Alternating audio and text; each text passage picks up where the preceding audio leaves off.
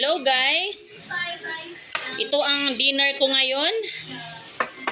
Mangga na Indian mango. Wala nang pambili ng bigas, kaya ito na lang yung kakainin ko. Mahal ang kilo ng bigas ngayon. Ito na lang, Indian mango. So yummy! Ayan guys, oh. Medyo hinog-hinog na siya. Kalabangan. Sa Bisaya pa kalabangan. Ito yung gusto kong kainin pag mga Indian mango. Yung medyo hinog-hinog na siya konti.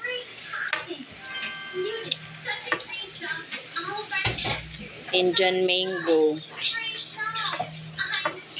So, katatapos lang natin nag-jogging, nagpapawis,